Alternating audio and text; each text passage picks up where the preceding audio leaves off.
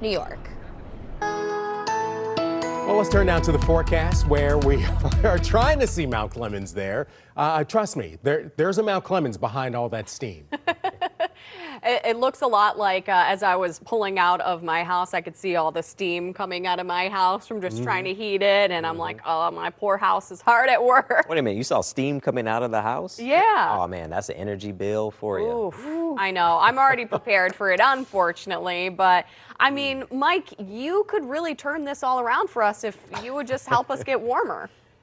First off, I was gonna say. He was speechless there for a moment. Right. He's like, I'm not sure how to handle it. I was thinking about it. People are like, wait, he's responsible for this? I always say I would work for the Pentagon if I could control the weather. I'm sure they would give me a call like, hey, wait, you could do what?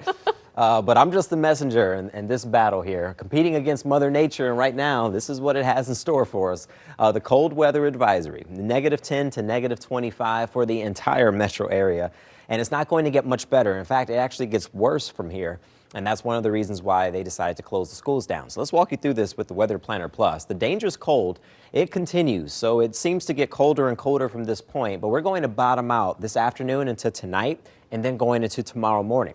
Right now, we're on the fringes of that frostbite, which could occur within 30 minutes, but watch how it really starts to dip by the afternoon into tonight, and then getting into your Wednesday morning, still there, and it starts to bounce back and recover. So it's still going to be cold, but it's just not going to be this cold into your Wednesday morning. So we're almost there. By tomorrow afternoon, it starts to improve, even though it's still going to be cold. Ironically, as the schools open up and we get back to school, we'll have some perfectly timed snow. So yes, winter cooperates, it seems. I don't think it'll be enough snow where it's going to shut down the schools, however, but it could make it kind of a slow go into the morning. This is at 6 o'clock in the morning on Thursday. We could pick up about an inch of snow in some spots, but it will continue to snow off and on into the afternoon. So we might add an additional inch for the ride home for the bus stop forecast. So even though I'm expecting schools to return on Thursday, we'll be dealing with a little bit of snow that could slow us down.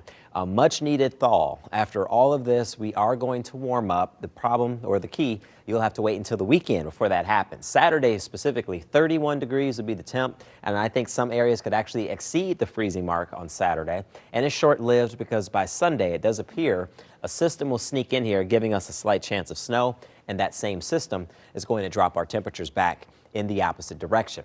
Outside at this moment, single-digit numbers, sub-zero wind chills. We've seen this movie before. Snow passing through, so we have to deal with that courtesy of the lake near Grand Rapids that's sneaking in over here. Let's focus just on the actual numbers. Today's high temp, 7 degrees, and then for tonight, once we reach the core of this colder air, dangerously cold lows down to around -7 in the city of Detroit. Some areas outside the city could actually go as low as -9 to -11. Once again, those are the temperatures, not the wind chills. We turn it around though. Going into Thursday, 26, we get our lows up into the 20s as well, and there's the 30